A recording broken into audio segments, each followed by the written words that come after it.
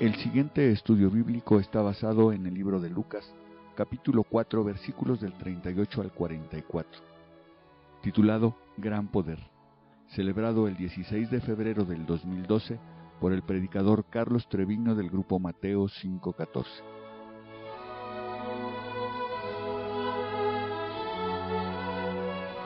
Entonces, estamos en el Evangelio de Lucas y en esta ocasión, en el capítulo 4, los últimos versículos del capítulo que son del 38 al 44. La palabra de Dios, Lucas 4, 38 al 44, dice así: Entonces Jesús se levantó y salió de la sinagoga y entró en casa de Simón. La suegra de Simón tenía una gran fiebre y le rogaron por ella. E inclinándose hacia ella, reprendió a la fiebre.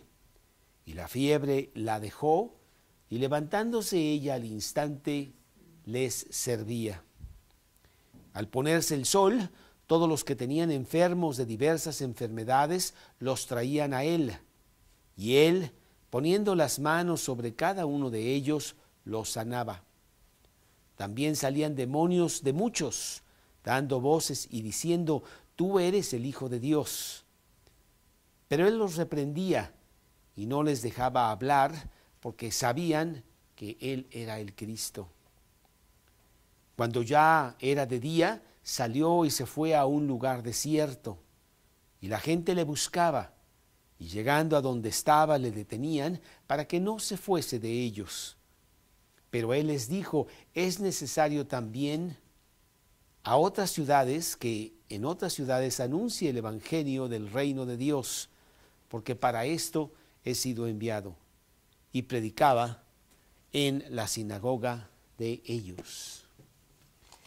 Este estudio de este pasaje, del último pedazo del capítulo 4 de Lucas, lo he titulado Gran Poder. La semana pasada vimos cómo Jesús tenía autoridad sobre los demonios. Y ahora vamos a ver cómo Él se desplaya fuertemente con gran poder. Y aunque los 4 evangelios tienen cada uno un propósito diferente, porque apunta a un grupo diferente de personas, siempre lo he mencionado, Mateo a los judíos, diciendo que Jesús es el rey de los judíos. Marcos, un siervo que sencillamente vino a servir. Lucas apunta hacia el hombre en general, el hombre que necesita su encuentro con Dios. Y Juan habla de Cristo como Dios. 4 diferentes maneras de ver a Jesús, 4 biografías que lo presentan para nuestro conocimiento de Jesús. Y a pesar de que los 4 evangelios tienen diferentes enfoques, todos los evangelios presentan a Jesús hecho carne, Dios en la tierra. Juan 1:14. Juan 1:14. Dice Juan 1:14, y aquel verbo fue hecho carne y habitó entre nosotros, y vimos su gloria, gloria como del unigénito del Padre, lleno de gracia y de verdad. Y los 4 evangelios presentan lo esencial de la vida de Jesús. Nacido de una virgen, los 4 lo presentan, llevado una vida sin pecado, Cristo nunca pecó porque entonces Él necesitaría un Salvador Él mismo. Y pagando por el pecado de todos en la cruz del Calvario, con una resurrección 3 días después, conquistando la muerte misma. Entonces todos los evangelios presentan esta esencia importante de la vida de Jesús. Todos recalcan nuestra necesidad de arrepentimiento del pecado, y poner nuestra fe en Cristo como el Salvador para tener la vida eterna. Lucas 19, 10. Lucas 19, 10. Porque el Hijo del Hombre vino a buscar y a salvar lo que se había perdido. Mateo 27, 54. Mateo 27, 54. Mateo 27, 54. El centurión y los que estaban con él guardando a Jesús, visto el terremoto y las cosas que habían sido hechas, temieron en gran manera y dijeron: verdaderamente este era el Hijo de Dios. Los acontecimientos que específicamente narra Lucas, tan detallista que él es, poniendo el evangelio que él escribe con gran detalle y con gran exactitud y precisión, no se describen para que tengamos los detalles históricos, los eventos históricos como el propósito primordial, sino para probar con exactitud la realidad de que Cristo era el Mesías esperado. Ese es el propósito. Y los cuatro de alguna manera quieren pasar ese mensaje, pero ciertamente Lucas con mucha fuerza lo quiere dar para con nosotros. Lucas 24, 27. Lucas 24, 27. Y comenzando desde Moisés y siguiendo por todos los profetas, les declaraba en todas las escrituras lo que de él decían. Dice el versículo, y luego él, ahí mismo en ese capítulo, el 44. Entonces 44, y les dijo: estas son las palabras que os hablé, estando aún con vosotros, que era necesario que se cumpliese todo lo que está escrito de mí en la ley de Moisés, en los profetas y en los salmos. Hacemos notar que cuando él habla de la ley de Moisés, son los 5 primeros capítulos de la Biblia. Los profetas son todos los libros históricos del Antiguo Testamento, y los salmos en general son todos los libros poéticos del Antiguo Testamento. Entonces está hablando de todo el Antiguo Testamento. En esta sección específica, en donde estamos terminando el capítulo 4, parece que Lucas presenta diferentes sucesos de Jesús un poco al aventón, en donde no hay una liga entre uno y otro. Así parecería lo que acabamos de leer. Hay un evento, hay otro evento, pero ¿cuál es la conexión entre un evento y otro evento? Parece que son eventos separados, no teniendo ninguna relación uno con los otros. Pero en realidad sí están conectados, dado que los judíos pedían señales. Si tú eres el Cristo, pues dínoslo a través de las señales. Y Jesús da señales, sí las da, cuando Él quiere y como Él quiere, pero da señales de gran poder. Realmente Cristo sí tenía todo el poder, y los judíos estaban probando a Cristo constantemente con señales. Lucas 11, 16. Lucas 11, 16. Otros, para tentarle, le pedían señal del cielo. Mateo 12, 38.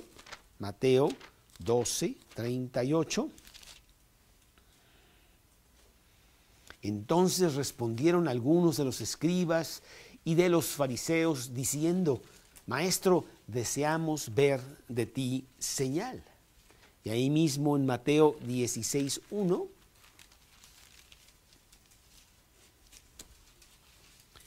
Vinieron los fariseos y los saduceos para tentarle y le pidieron que les mostrase señal del cielo. Primera de Corintios 1:22, Primera de Corintios 1:22, porque los judíos piden señales y los griegos buscan sabiduría. Entonces, sí estaban constantemente diciéndole a Jesús, pues demuéstranos, pruébanos de que tú realmente eres quien tú dices que eres. Y aquí en este pasaje precisamente vamos a ver cómo Jesús saca señales muy claras, en donde Él muestra el poder que Él tiene sobre tres cosas. Aunque ya lo vimos la semana pasada, Él tenía gran autoridad sobre el demonio que estaba ahí molestando. En esta ocasión vamos a ver que tiene poder sobre el mundo natural, sobre el mundo sobrenatural y sobre las cosas eternas. 3 puntos vamos a ver en este pasaje del día de hoy con respecto a este Lucas 4, el último pasaje, el último pedazo de Lucas 4. Número 1, Jesús tiene poder sobre el mundo natural. Versículos 38 al 40. Entonces Jesús se levantó y salió de la sinagoga y entró en casa de Simón. La suegra de Simón tenía una gran fiebre y le rogaron por ella. E inclinándose hacia ella, reprendió a la fiebre, y la fiebre la dejó, y levantándose ella al instante le servía.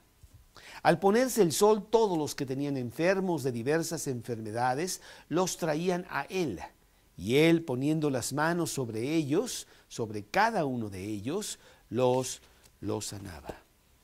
Bueno, aquí vemos cómo Jesús quiere demostrar que los efectos devastadores de la caída del hombre por la desobediencia de Adán, esos efectos son universales y son sin excepción. Nos pasa a todos los hombres. El día que tú naciste, ese día firmaste, o firmaron por ti, eras un bebé, tu sentencia de muerte. Te vas a morir. Deformidad, enfermedad, debilidad, muerte son la biografía del hombre, la biografía tuya y la biografía mía. Si Jesús realmente es el Salvador del mundo, Él tenía que mostrar su poder para revertir todos estos efectos de la caída, todas estas consecuencias terribles que estamos sufriendo todos los humanos. Y aquí se presenta con una gran viveza una ilustración específica o ilustraciones específicas de cómo Él tiene poder sobre el mundo natural. Y Él tiene poder sobre la enfermedad. Él tiene poder para sanar las dolencias de la humanidad. Dice aquí nuestro pasaje que entonces Jesús se levantó y salió de la sinagoga. ¿Te recuerdas la semana pasada que Él había entrado a la sinagoga y había predicado ahí en Capernaum?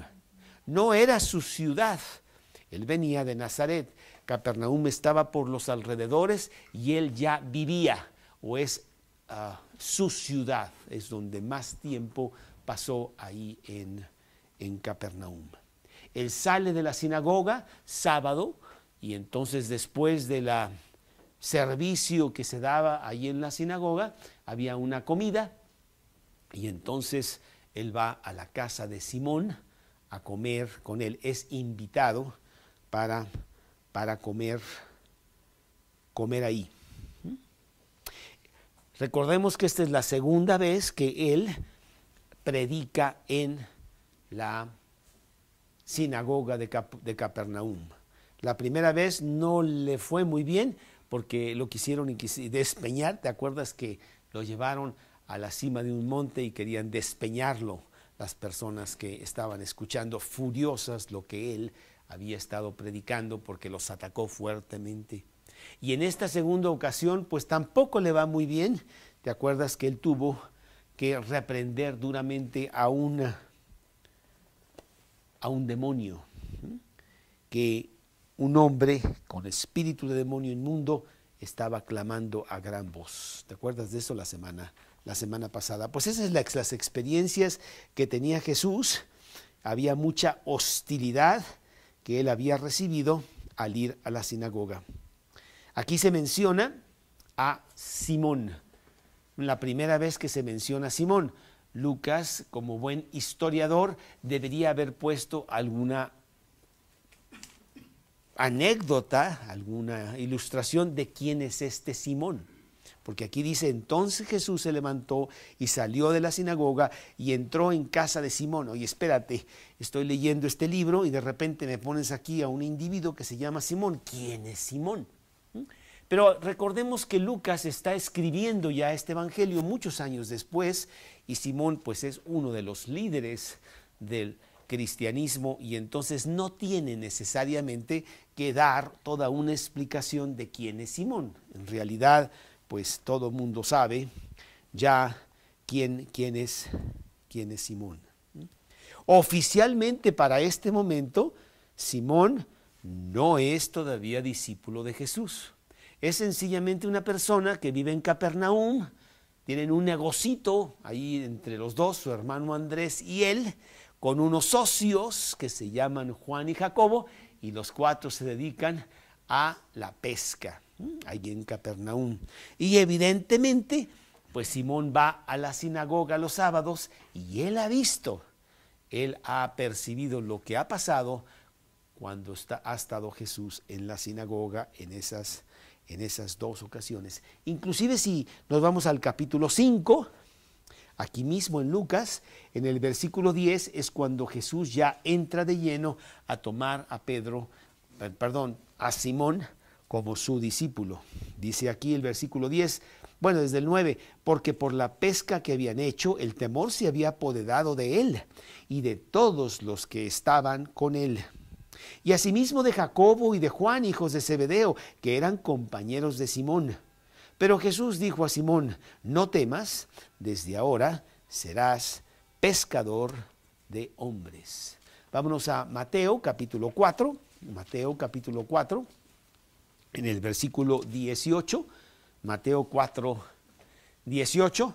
Andando Jesús junto al mar de Galilea, vio a dos hermanos, Simón llamado Pedro, y Andrés su hermano, que echaban la red en el mar porque eran pescadores. Y les dijo, venid en pos de mí, y os haré pescadores de hombres. Ellos entonces, dejando al instante las redes, le siguieron. Pasando de allí vio otros dos hermanos, Jacobo, hijo de Zebedeo, Juan su hermano, en la barca, con Zebedeo su padre, que remendaban las redes, y los llamó. Y ellos, dejando al instante la barca y a su padre, le siguieron. Entonces, en este momento, en donde Simón invita a comer a su casa a Jesús, en este pasaje del capítulo 4, todavía Simón no es necesariamente ya oficialmente un discípulo de Jesús. Nos vamos a Lucas, ahí en el capítulo 4, que es el pasaje que estamos estudiando en esta noche, ¿verdad? Y dice, entonces Jesús se levantó, salió de la sinagoga y entró en casa de Simón. Aquí en el capítulo 6 de este mismo Lucas, en el versículo 13, una hoja después, Lucas 6, 13, y cuando era de día, llamó a sus discípulos y escogió a 12 de ellos, los cuales también los llamó apóstoles.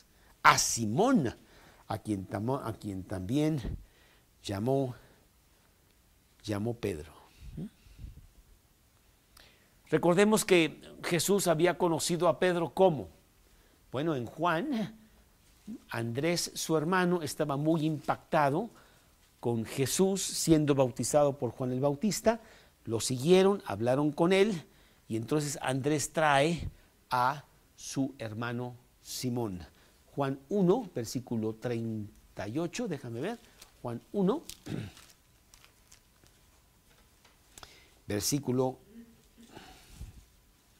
38. Y volviéndose Jesús y viendo que les seguían, les dijo: ¿qué buscáis? Ellos le dijeron: Rabí, que traducido es maestro, ¿dónde moras?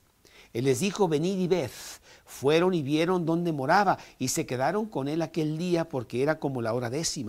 Andrés, hermano de Simón Pedro, era uno de los dos que había oído a Juan y había seguido a Jesús.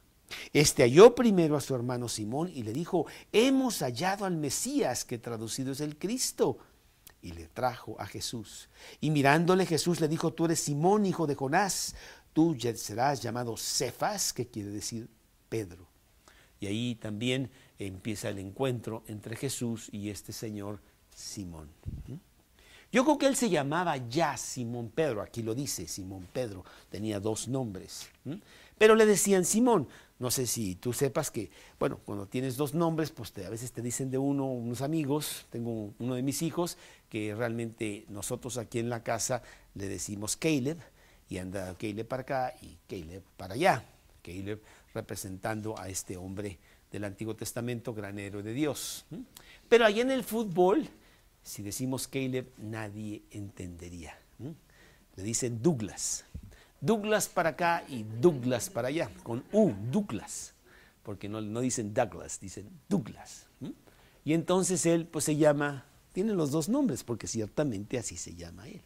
Y aquí también, aquí se llama Simón, pero Jesús quiere enfatizar algo importante que va a pasar en la vida de Simón, que es que él va a ser una piedra en la edificación de la iglesia de Dios. Y Pedro quiere decir pequeña piedra, Petros, pequeña piedra. Una piedra más en el edificio que iba a construir Jesús de su iglesia. Aquí habla de Cefas. Bueno, Cefas es el arameo de Pedro. Y Pedro es el griego de Pedro. Digo, para que estés bien fincado en tus idiomas, ¿no? Y sepas que Cefas y Pedro es lo mismo. Vamos a Mateo 16, del 16 al 18.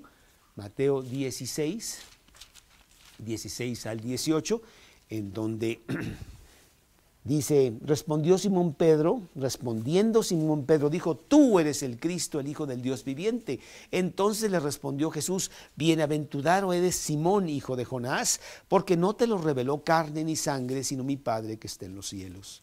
Y yo también te digo que tú eres Pedro, Petras, y sobre esta roca, Petra, edificaré mi iglesia. Son 2 palabras diferentes, una piedrita y una roca. Y las puertas del Hades no prevalecerán contra ella. Es Mateo 16, 18. Jesús es la roca en donde se edifica la iglesia. Él es Petra.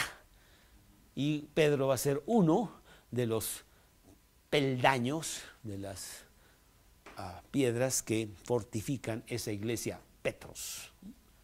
Y entonces Jesús está ya revelando que él va a ser, pues sí, alguien importante en la iglesia de Dios. Recordamos también, porque son muchos detalles, por eso necesitamos estudiar la Biblia, que aunque Pedro vivía en Capernaum, él no era de Capernaum. ¿De dónde era? Y bueno, ustedes estudiosos de la Biblia, pues ya lo saben, entonces mejor se los digo yo. Betsaida. Pedro era de Betsaida. Juan 1:44. Te me adelantaste, pero de una vez te dije el versículo. 1:44 de Juan. Juan 1:44. Dice así la palabra de Dios en el 1:44. Y Felipe era de Betsaida, la ciudad de Andrés y Pedro. ¿Cuál es la relación entre Andrés y Pedro? ¿Ya se me olvidó? Eran hermanos, ¿ok? Muy bien, exactamente, ¿sí? Muy bien. Bueno, pues decimos que Pedro había presenciado la intervención de Jesús allá en la sinagoga e invita a Jesús a comer. Vente, mira, vamos a tener carnitas y no sé qué comían allá en Capernaum. Pero bueno, lo invita. Y invita realmente, bueno, era una comida más o menos en grande. Marcos 1:29, que nos da más detalles acerca de esa comida. Marcos 1:29. Al salir de la sinagoga, es el mismo pasaje. Vinieron a casa de Simón y Andrés, con Jacobo y Juan. Ahí estaban todos los pescadores de Capernaum en esa comida. Y bueno, Jesús sabe que, porque Él es omnisciente, ¿verdad? Él sabe por qué Pedro lo ha invitado a comer. Oye, si eres tan bueno y hablas muy bien ahí en la sinagoga y sacas demonios y no sé qué, yo tengo un problemita o un problemota, que es que mi suegra está muy enferma y quiero que le eches la mano. Y lo vemos otra vez ahí en nuestro pasaje, en Lucas 4, dice la palabra de Dios, versículo 38, la suegra de Simón tenía una gran fiebre, mega, así como el mega comercial, ¿no? ¿Has ido a la mega? La palabra mega quiere decir grande, ¿no? Una gran fiebre. Y bueno, Lucas era médico, él entendía estos conceptos. La cosa estaba grave.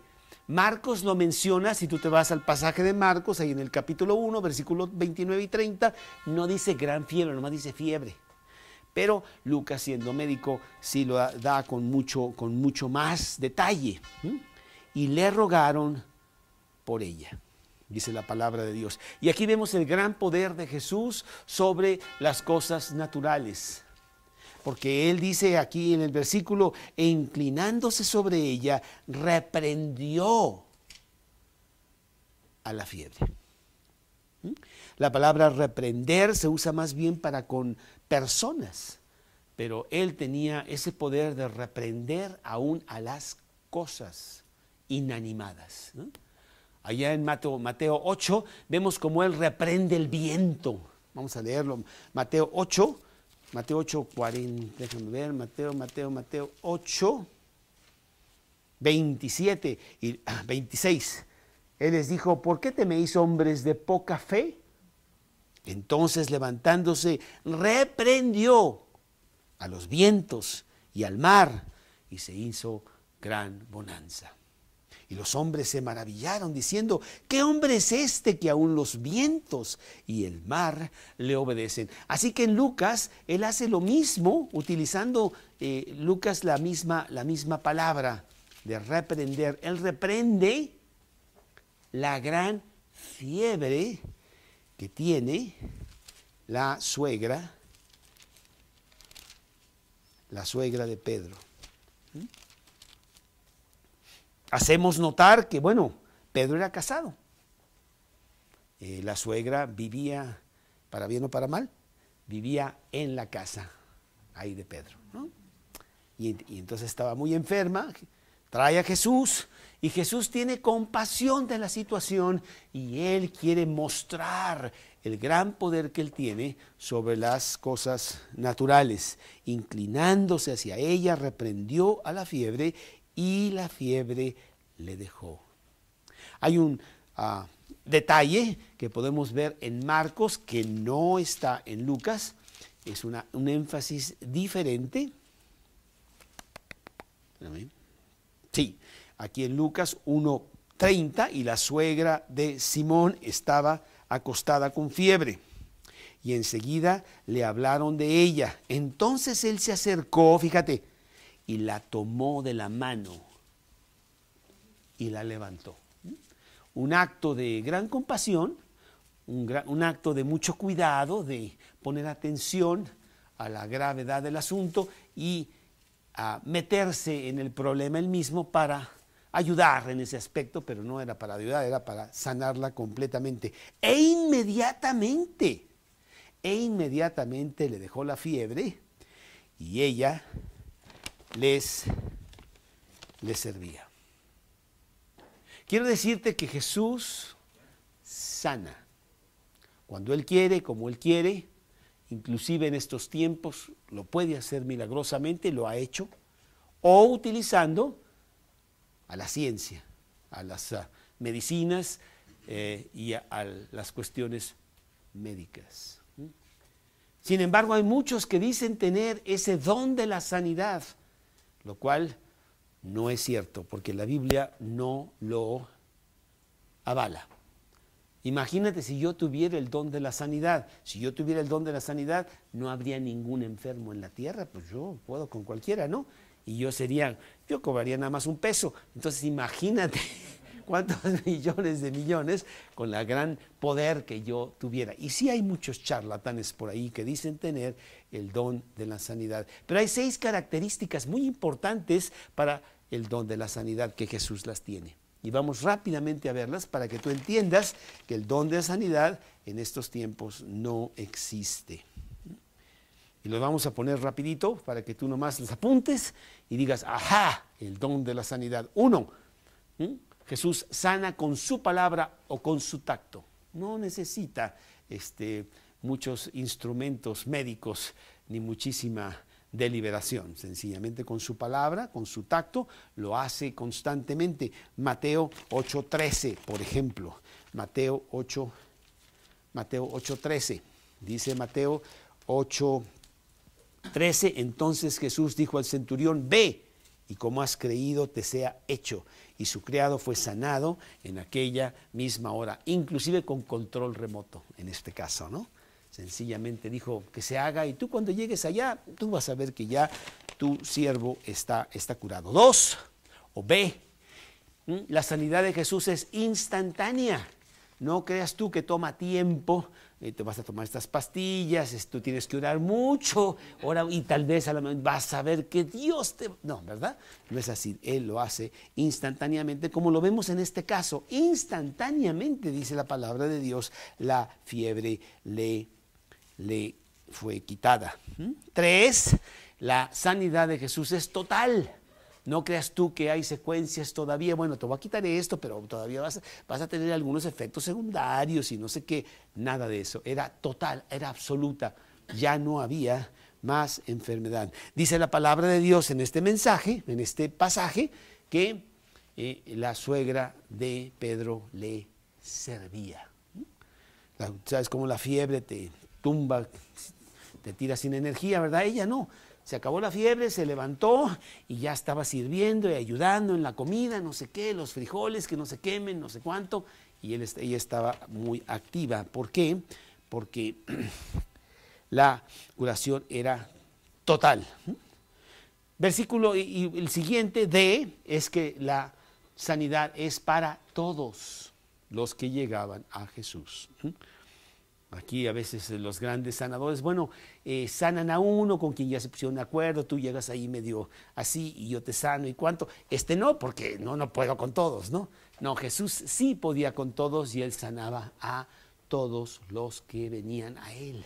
Inclusive, la mayoría de ellos no creyentes, no creían en Jesús. Iban para obtener de Jesús, pero no necesariamente para creer en Él. Mateo 4:24, por ejemplo, Mateo 4:24, dice, y se difundía su fama por toda Siria, y le trajeron todos los que tenían dolencias, los afligidos por diversas enfermedades y tormentos, los endemoniados, lunáticos y paralíticos, y los sanó. ¿Sí? Y otra cosa muy importante, quizá la quinta, que es D, no, que era curación orgánica. No creas tú que eran curaciones así medias intangibles. Ay, tengo un dolor en la espalda y yo te sano y ya está muy bien, ¿no? No, eran cosas graves en donde orgánicamente los órganos estaban mal. Lepra, ciegos, cojos, realmente cosas muy visibles que Él curaba instantáneamente, totalmente, y a todos los que venían con todas estas dolencias. Por ejemplo, Mateo 4:23, ahí en este mismo pasaje que acabamos de decir, recorrió Jesús toda Galilea, enseñando en las sinagogas de ellos y predicando el evangelio del reino y sanando toda enfermedad y toda dolencia en el pueblo. Y yo creo que lo más importante es que sanaba inclusive a los muertos. Eso sí ya está más fuerte, ¿verdad? Él resucitaba a los muertos. Esa podría ser, sí, la 6, sí, claro, F, la 6. Sanidad de los muertos. O la quinta, yo no sé, ya me hice bolas. Son 6. Tú vas en la quinta, bueno, pues te las repito todas para que tú las apuntes, que son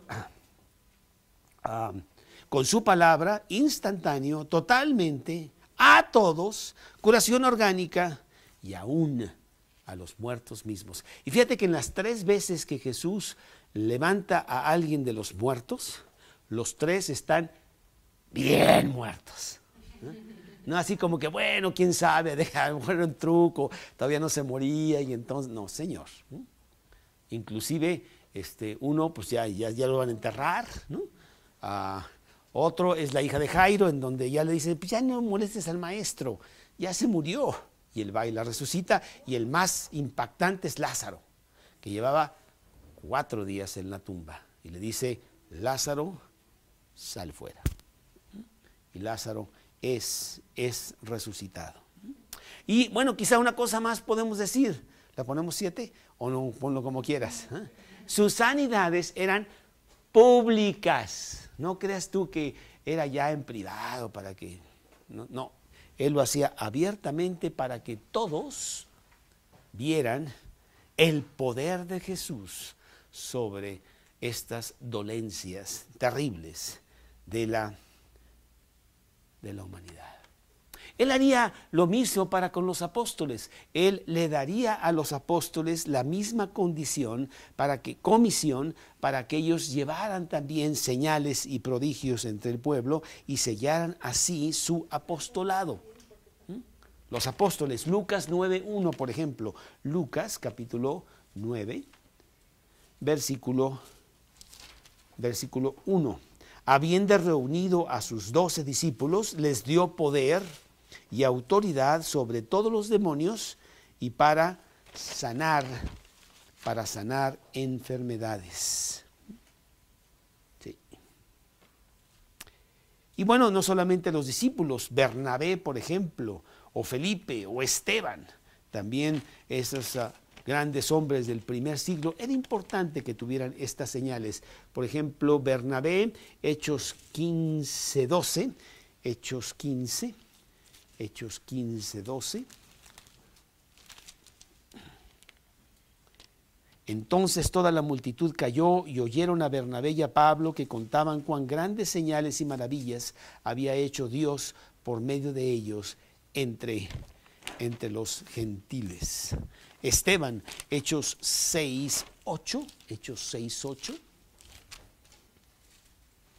Hechos 6:8. Y Esteban, lleno de gracia y de poder, hacía grandes prodigios y señales entre el pueblo. Pedro mismo, ¿te acuerdas que él resucita muertos? Hechos 9, a Dorcas, Hechos 9,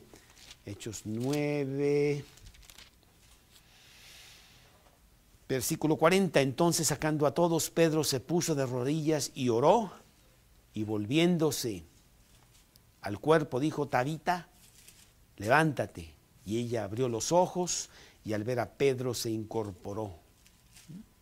Y él dándole la mano la levantó, entonces llamando a los santos y a las viudas la presentó viva. Pedro haciendo eso, Pablo también,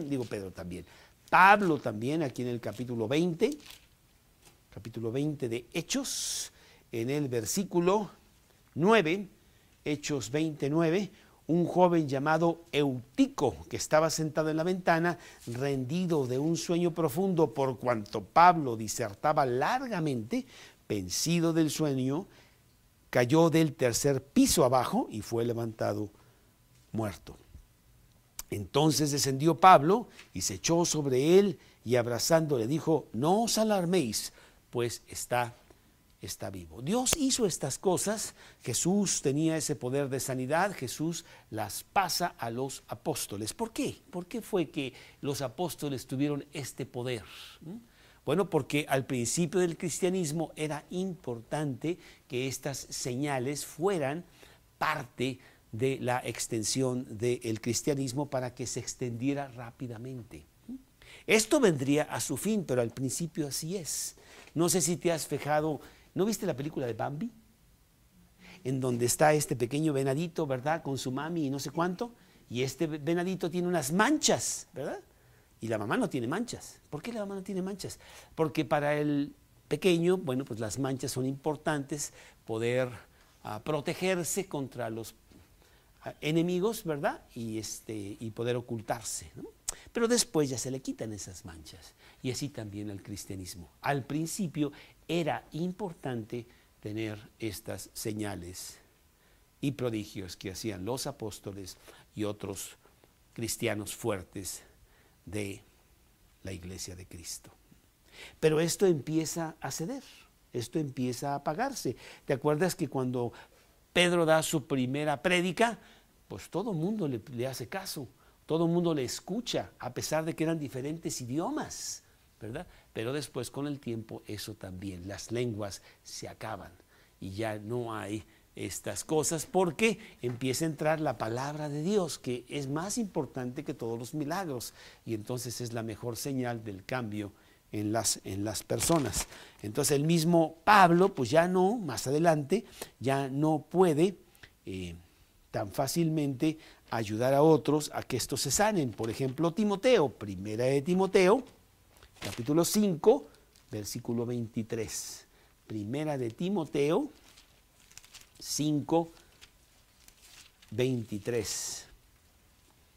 Ya no bebas agua, sino usa un poco de vino por causa de tu estómago y de tus frecuentes enfermedades. Bueno, Pablo no podía curar a Timoteo y entonces le dice, pues échate una copita, ¿no? No es que el vino no era al igual que hoy, sino que el agua era tan contaminada que al agua le ponían un poco de vino, que el vino fermentado hace que las bacterias se mueran. Y entonces era una prevención de poderse contaminar, poderse enfermar. Pero Pablo le dice, pues mira, haz eso porque yo no te puedo necesariamente curar.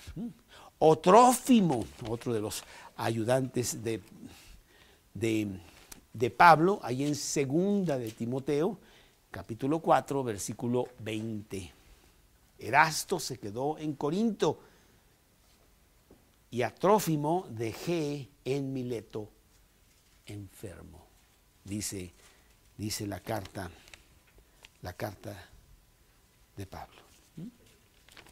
Entonces no te vayas con la finta por si tienes alguna dolencia y dices voy a ir con este sanador, es un predicador muy fuerte y entonces él avienta agua bendita o quién sabe qué hace y él cura a las personas. Eso no es cierto. Ya no hay lenguas, ya no hay sanidades, porque todo eso acabó en el primer siglo. Y además, pues no se necesita, tenemos ahora algo mucho más fuerte, mucho más importante, que es la sanidad del alma que hemos experimentado y que ella misma es la más grande señal de cómo trabaja el cristianismo, ¿cierto? Pero Jesús sí lo estaba mucho, Él era el gran sanador. Él tenía que expresar todo este poder para decirle a la gente, yo soy el Cristo. Y regresando a nuestro pasaje, aquí en Lucas, en el capítulo 4, dice el siguiente versículo, para que veamos la exactitud de la palabra de Dios. Dice el versículo 40, al ponerse el sol, todos los que tenían enfermos de diversas enfermedades los traían a él, y él, poniendo las manos sobre cada uno de ellos, los sanaba. Fíjate qué buen detalle, qué importante detalle dice aquí, al ponerse el sol. ¿Por qué? ¿Por qué dice eso? Porque era el día de reposo. Y entonces todos los que querían traer enfermos a Jesús, pues no los podían traer, porque el día de reposo era un día que no se podía hacer eso. Entonces esperan hasta las 6 de la tarde al ponerse el sol y olvídate, y había una multitud inmensa allá afuera de la casa de Simón, Y Simón dijo, señores, a ustedes no los invité a comer. No importa, no venimos a comer. Venimos a que nos ayudes con nuestros enfermos. Y Jesús sale y Jesús los manda a volar a todos, ¿no? Dice, no, señores, estoy muy cansado, ¿qué les pasa? No, ¿verdad? Dice la palabra de Dios que Él, con gran compasión, poniendo las manos sobre cada uno de ellos, los sanaba. Jesús, el gran sanador. Jesús, el que tiene todo el poder sobre los demonios. Jesús, el que tiene todo el poder sobre el mundo natural. Qué gran esperanza para nosotros, qué fuerte tengo yo, poderoso fortificación tengo yo en Jesús, que ciertamente llegará el día en que tendremos enfermedad y podré recurrir a Jesús para que Él me dé consuelo, para que Él me dé sanidad, principalmente del alma. Y si Él quiere que prevalezca la enfermedad que tengo, pues no importa, porque Él estará a mi lado, aún si llegase a tener muerte por causa de esa enfermedad. Gran poder que quiere Él, que sepamos nosotros que Él tiene. Ese es Jesús, el dueño del universo, el creador de todas las cosas. Pero número 2, tiene también poder sobre el mundo sobrenatural. Ya lo vimos la semana pasada, cómo el demonio, ¿verdad?, no puede con Jesús. Y aquí nuevamente lo quiere expresar porque había muchos endemoniados, muchas personas que tenían muchos problemas mentales. Dice el versículo 41, también salían demonios de muchos, dando voces y diciendo, tú eres el Hijo de Dios. ¿Te acuerdas del versículo 34? Aquí mismo, en la semana pasada, este demonio que estaba ahí, déjanos, ¿qué tienes con nosotros, Jesús Nazareno? ¿Has venido para destruirnos? Yo te conozco quién eres, el santo de Dios. Los demonios, que realmente son seres horribles, que han causado que el mundo esté como está, se cuadran ante la autoridad y el poder de la segunda persona de la Trinidad. Jesús puede totalmente con ellos. Y por eso nosotros tenemos la absoluta confianza de que Satanás y sus huestes no nos pueden hacer nada. Que bien quisiera. ¿Por qué? Dice 1 de Juan, capítulo 4, versículo 4, porque mayor es el que está en vosotros que el que está en el mundo. Nosotros con gran fuerza podemos decir, retírate, Satanás. Tú no puedes conmigo, yo tengo a Cristo habitando en mi corazón. Jesús tiene gran poder sobre los demonios. Inclusive en este versículo 41 dice aquí, pero Él los reprendía y no les dejaba hablar, porque sabían que Él era el Cristo. Él les da órdenes de que se callen. Ahora, ¿por qué los calla? Porque, bueno, ya le estaban echando a Jesús de que Él era parte de los demonios. Él hace milagros por los demonios. Él es uno de ellos. Y si entonces los demonios también hablan y dicen cosas, pues causaría más problemas, ¿no? Y entonces dice Jesús, cállense. Y dice la palabra de Dios que los desobedientes demonios, ¿sabes qué? Obedecen a Jesús. Así que qué gran confianza tenemos nosotros para con Cristo. ¿Sí? Santiago 2:19. Santiago capítulo 2, versículo 19. Santiago 2:19. ¿Tú crees que Dios es uno? Bien haces. También los demonios creen y tiemblan. Apunta por ahí para que sepas, si no es que no lo sabes, los demonios no son ateos. Bien que saben de Dios, ¿eh?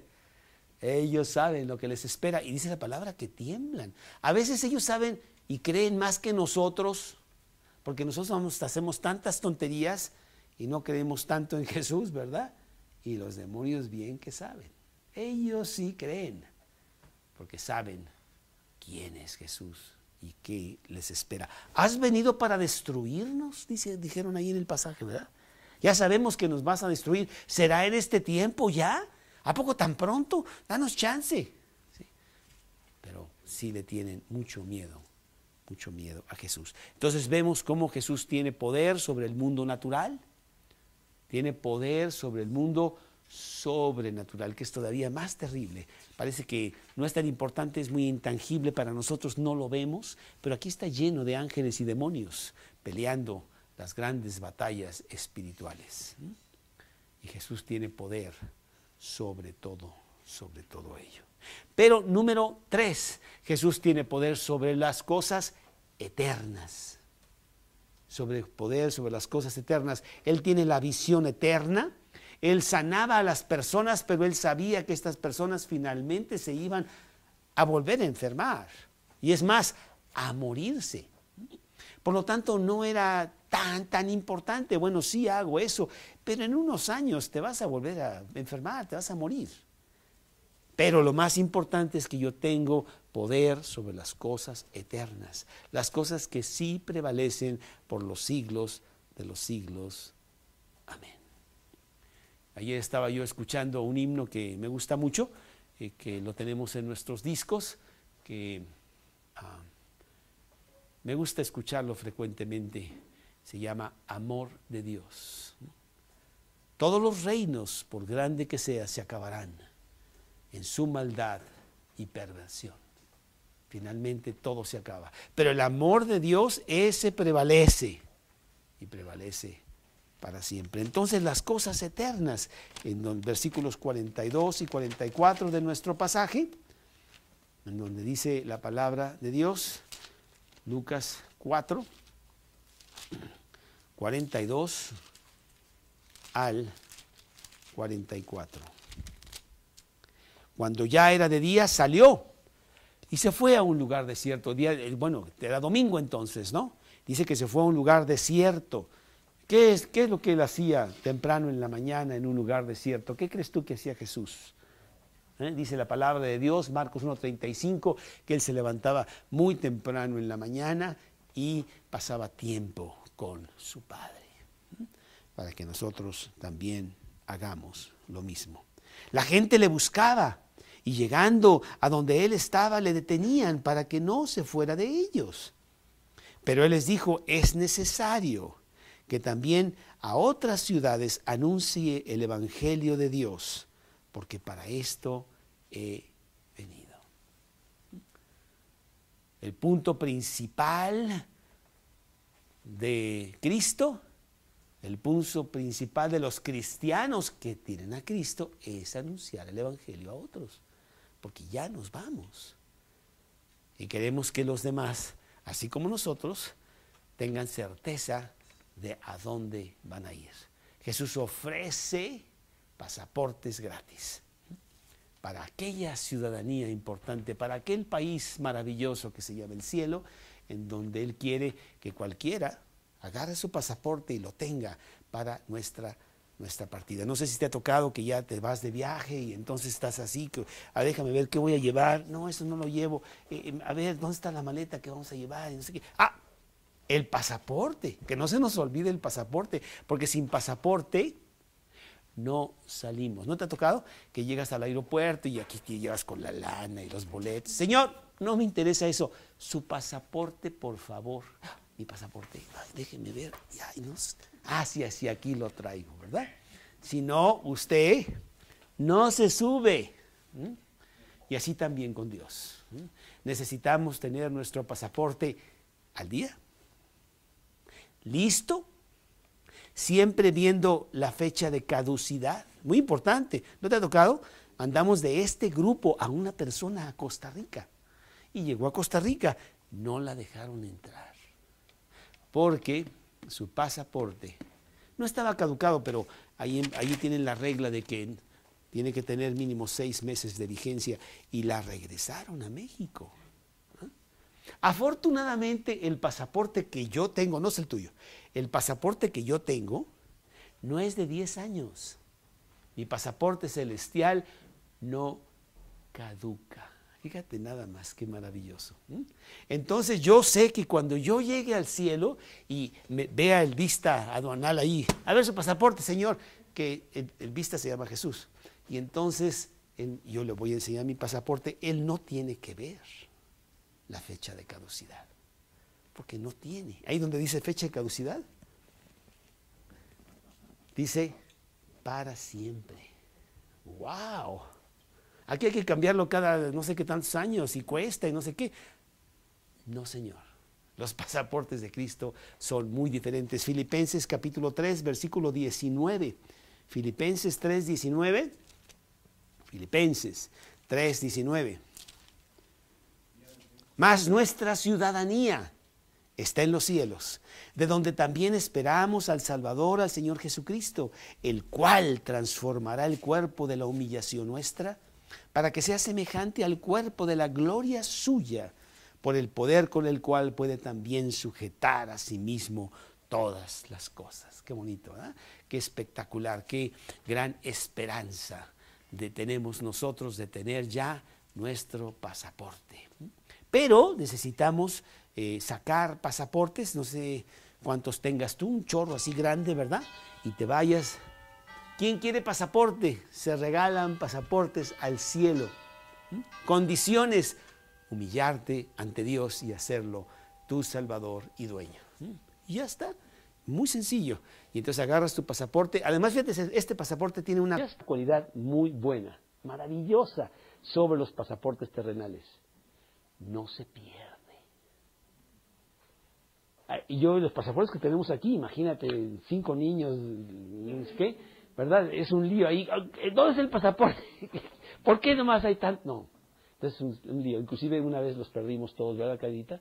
Perdimos los pasaportes rusos que teníamos de los niños y ya no nos quisieron renovar. Dijeron que teníamos que ir a Moscú.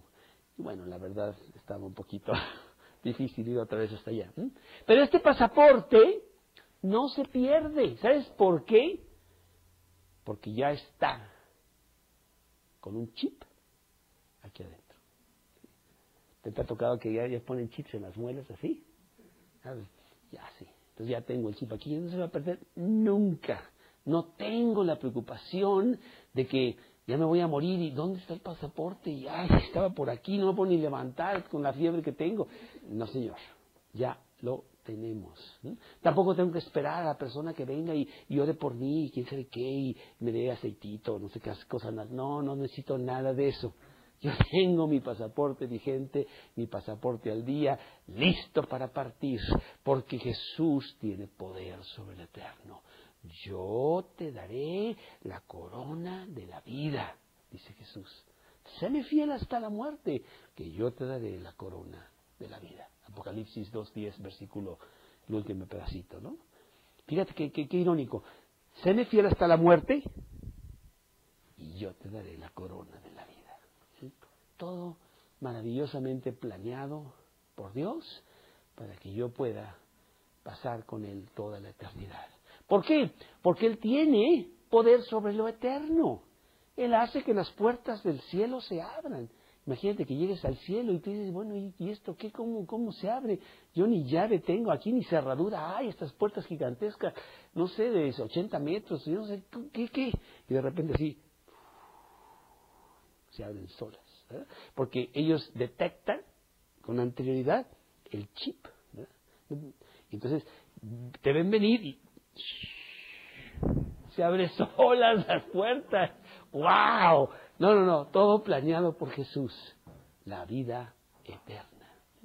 Yo realmente me duele mucho ver a muchas personas que están tratando de quizá tal vez, a lo mejor pueda ser que lleguen al cielo, porque pues están rezando y haciendo 1000 obras y haciendo no sé qué tantas cosas para que, mínimo de purgatorio, ¿no? Y yo no. Yo tengo la absoluta certeza de que mi pasaporte está vigente, válido, listo para partir. ¿Lo tienes tú? ¿Tienes esa certeza? ¿Puedes tú proyectar esa certeza hacia los demás y decirles, tú necesitas ese pasaporte? Mira, Déjame decirte lo que dice Jesús. Mira, Jesús tiene poder sobre lo eterno, así como lo natural. A lo mejor Él te puede quitar el cáncer, pero es muy poquito. Hay esta niña, se llama Joni, ya debe tener unos 50 años ahora. Yo la conocí, no a ella, sino a su historia, cuando vine a Cristo. Tenía poco tiempo de que le había pasado esto. Era una niña de 17 años de edad, bonita, guapa, esto, lo otro, llena de vida, ¿verdad?